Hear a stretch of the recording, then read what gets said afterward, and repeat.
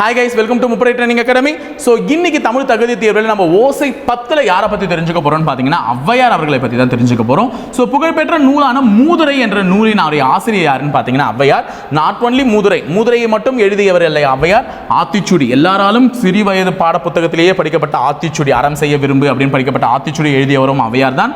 கொன்றை வேந்தன் என்ற ஒரு நூலை எழுதியவரும் ஔவையார் தான். நல்வழி என்ற நூலை எழுதியவரும் ஔவையார் தான். அப்ப ஆத்திச்சூடி, கொன்றை வேந்தன், நல்வழி மற்றும் மூதுரை என்ற நூல்களின் ஆசிரியர் யாருன்னு கேட்டீங்கன்னா ஔவையார். சோ மூதுரையுடைய பாடல்களின் எண்ணிக்கை என்னன்னு கேட்டாங்கன்னா 31 பாடல்கள். அப்ப மூதுரையில எத்தனை பாடல்கள் இருக்கு?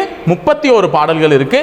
மேலும் கற்றோருக்கு சென்ற இடமெல்லாம் சிறப்பு என்று கூறியவர் யாருன்னு பாத்தீங்கன்னா ஔவையார். ஔவையார் அவர்கள் தான் படிச்சிருந்தா எங்க போனாலும் உனக்கு என்னது மதிப்பு அப்படின்னு சொல்லியிருப்பாங்க. மன்னனும் மாசற கற்றோனும் சீர்தூக்கின் இந்த பாடலடி இடம்பெற்ற நூல் எதுன்னு கேட்டாங்கன்னா மூதுரை.